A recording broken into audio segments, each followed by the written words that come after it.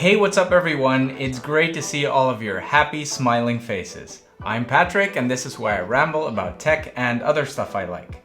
So this happened. I dropped a coffee cup on my Samsung S10 Plus and it died. Now, since I love the iPad so much, I was already thinking about switching back to iOS or to the iPhone, but I was gonna wait for the iPhone 12. But since I really need my phone for my daytime business, I guess I just switched back a little earlier. So for the last couple of days, I've been playing around with this new iPhone.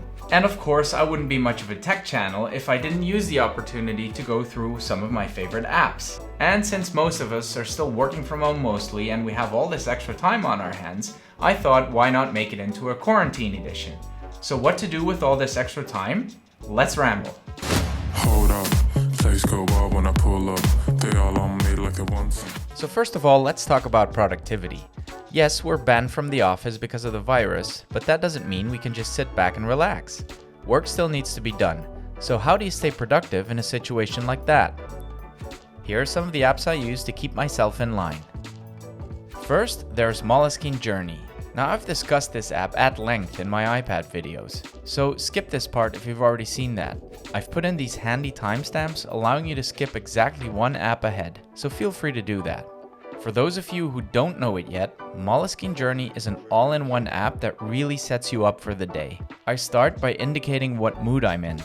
Then I write my gratitude list, and this might sound a bit hippie-ish, but writing down all the things you appreciate in your life really has an impact on how you start your day. Next, I journal a bit, and then I look at my calendar items. The ones that are actionable, I'll change into to-dos. I'll add my other to-dos for that day, and done. I know exactly what's up and I can get cracking. Another great app to keep checks and balances is Everyday Habit Tracker. And it's exactly what you think it is. It tracks your habits. So let's say I want to write that gratitude list. You can put a longer description, but in this case, I think it's pretty self-explanatory. Pick a color that represents the habit and decide at what time you generally want to perform the task.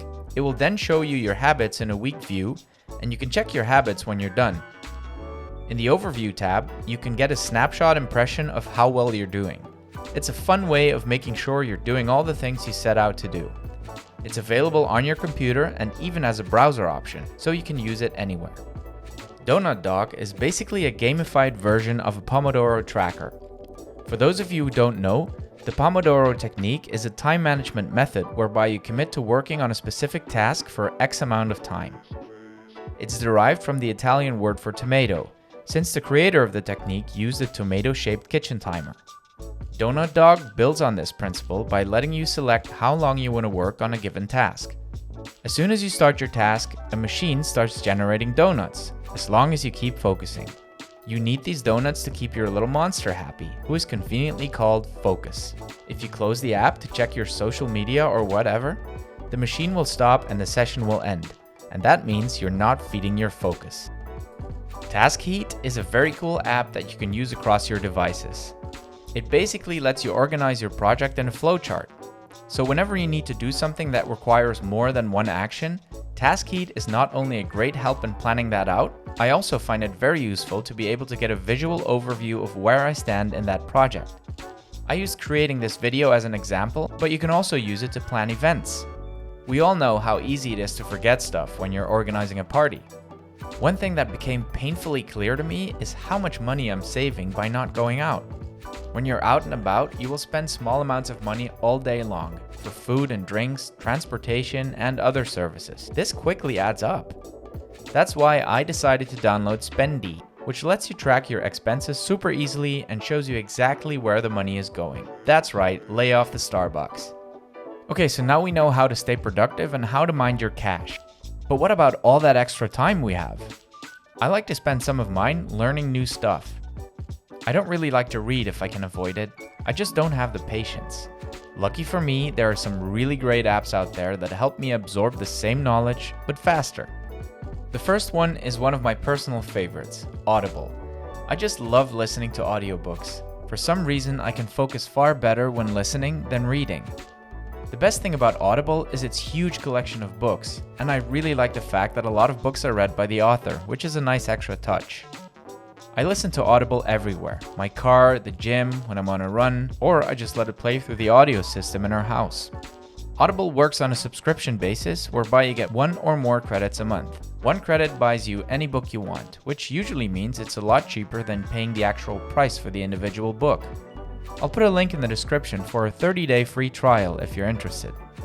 Another great app for consuming a lot of information fast is Blinkist. At times, authors can get quite lengthy, especially when it comes to books about management or self-improvement. And like I said, I'm impatient. Blinkist is all about trimming the fat off these books. It offers full audiobooks, but most of all, it offers what it calls blinks. Blinks are basically just very condensed versions of the main points in the book. You can read the blinks or listen to them. It's kind of like the modern day equivalent of Cliff Notes, which I think is great.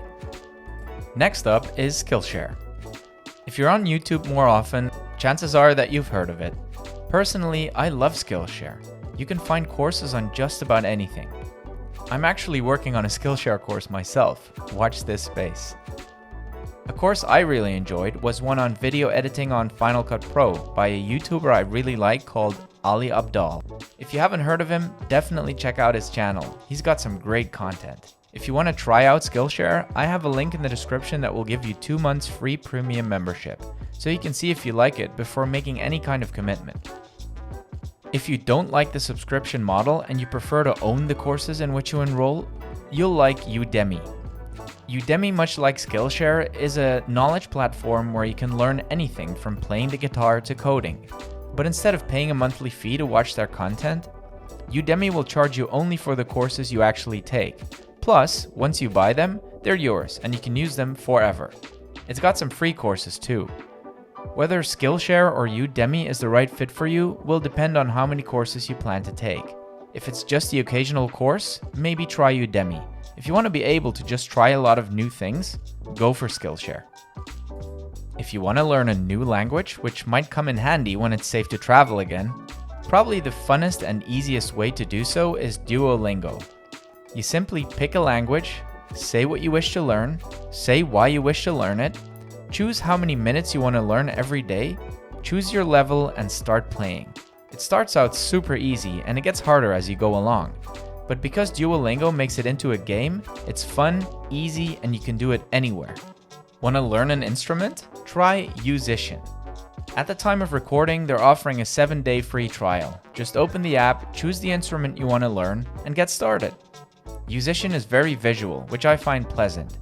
It will also give you feedback while you play, which is pretty cool, and I don't really know how they do it.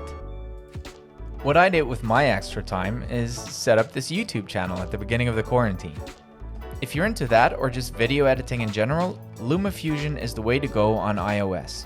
I like to use Final Cut Pro on my Mac, but in a pinch, Lumafusion is probably the closest thing you can get for the iPhone.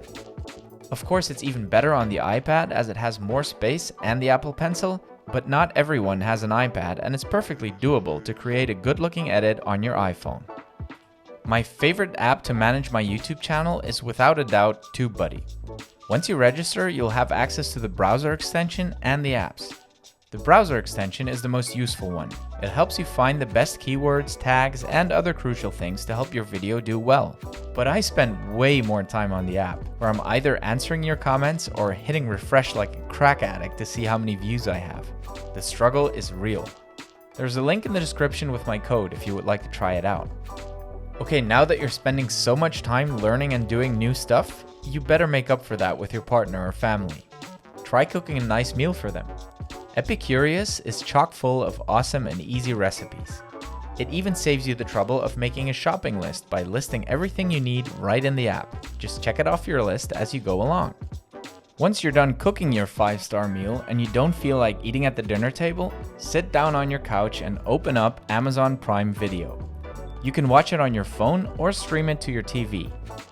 I've been using Netflix for ages, so it's refreshing to change it up a bit every now and then.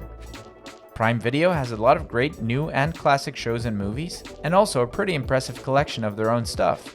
They're currently offering a 30-day free trial, which gives you access to their videos, but you can also borrow Kindle books, and of course, use their unlimited 2-day shipping with Amazon Prime.